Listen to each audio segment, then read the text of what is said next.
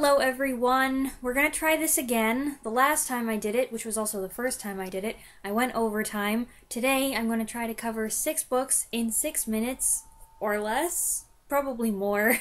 Here are some quick thoughts on some books that I've read recently, starting with number 1, The Silent Speaker by Rex Stout. This is number 11 in the Nero Wolfe detective series, but I don't read them in order. I'd kind of fallen out of the habit of reading Nero Wolfe on a regular basis, not intentionally, but I just had so many other books that I wanted to read. But I got my brother into reading Nero Wolfe a couple years ago, which has been so much fun. I'm loving seeing the characters through his eyes. And so when he gets one out of the library, and it's one I don't think I've read before, and he talks up how good it was, well, then I have to put everything on hold and read it myself. And I'm not complaining, and this one was good. It was really enjoyable, with some great stuff for Nero Wolfe and Archie Goodwin. They were both really sassy in this one, and I love it when they're sassy. Book number 2, I read The Fill-In Boyfriend by Kasie West. I didn't love this one. I didn't hate the main character like I've heard some other readers did. She's the popular girl stereotype, shallow, tends to use people, flirts with boys who like her friends, but she doesn't do this stuff on purpose with any malicious intent. While she wasn't exactly easy for me to relate to, it's not like I can't read a book where I don't relate to the main character, and I even felt sorry for her. Unfortunately, I found the book's resolution pretty weak. It was both too convenient and didn't go far enough to make me happy, which I feel like sounds like two opposing things, but that's how it felt. But, as it's been with all 4 of the Kasie West books I've read so far, the romance was cute, the love interest was impossibly perfect, and the dialogue was a lot of fun. Book number 3, I read Toby Streams the Universe by Maya Lassiter. This isn't something I would typically read.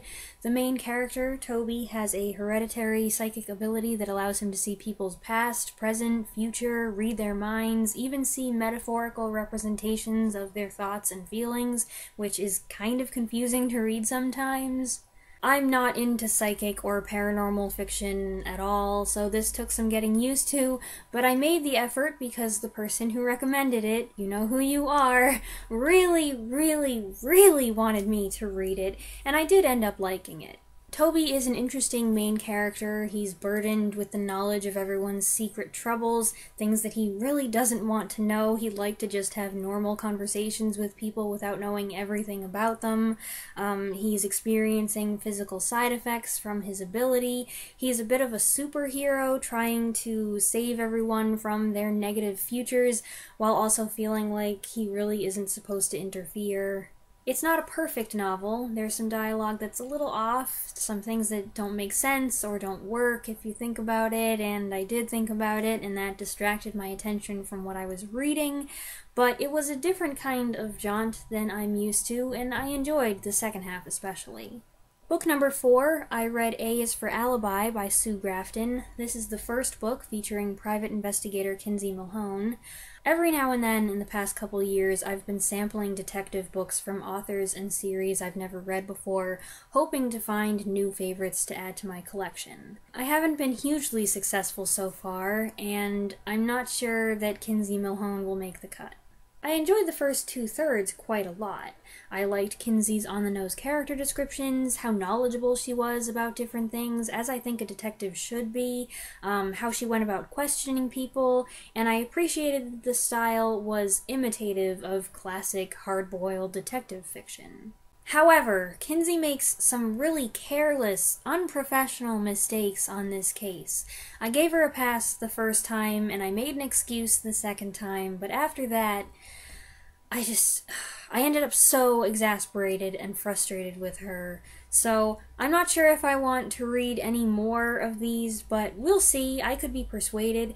I might skip ahead and read some that are considered the best of the series. I don't think it matters if you read them out of order, and I would like to read the best of what Sue Grafton had to offer. Book number 5, I read The Princess Diarist by Carrie Fisher. This memoir, published just a couple months before she passed away, was a quick read and fun a lot of the time, but I almost wish I hadn't read it.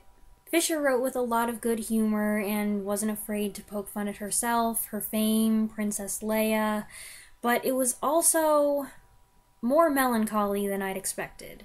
I appreciate her blunt honesty and her willingness to share, but I don't know. Reading her diary entries from her unhappy 3-month affair with Harrison Ford while filming Star Wars felt a little uncomfortable. She chose to make them public, so she obviously didn't mind people reading them, but I still had that guilty feeling you get when you flip through someone's diary, intentionally or accidentally, and you realize you're looking at all these private thoughts and angsty poetry that wasn't originally intended for your eyes. I ended up wanting to get through it as quickly as possible. Now, it's a short read, and so I was able to just go through very fast, but in the end I felt like I could have done without knowing some of this stuff. And book number 6, the last one today, is one I'm actually currently reading. It's The Andromeda Strain by Michael Crichton. I tried reading this years ago and quit a couple chapters in. Not that it wasn't interesting, but the dry scientific style wasn't grabbing me, and I had very recently seen the 1971 movie adaptation, which my mom loves. When I picked it up the first time, the storyline was too fresh in my mind, and I knew where everything was going, and that robbed it of suspense, and that's really not a good thing in a book like this, so I set it aside. However, a few months ago, I decided to give it another try, and it's going so much better this time. I've been reading it for 2 days, and I think I'll finish it either today or tomorrow. I'm finding it a much quicker read, maybe because every time I come to a scientific word that I don't really get, I just skip over it. I'm not skipping over it, I'm reading with comprehension, but I'm not, like, laboring over every single thing that I'm like, I'm not sure exactly what that is, because it's not that important. If it's important, he explains it. It's still pretty dry and scientific, it emphasizes the science in science fiction, but I appreciate how devoted Crichton was to writing it as if it was true, as if this incident really happened, and that helps up the fear factor. So yay for giving an abandoned book a second chance. Okay, everybody, I hope you liked this list. Let me know what you thought of any of the books I mentioned down below, and I should be back in a few days. Thanks for watching. Bye!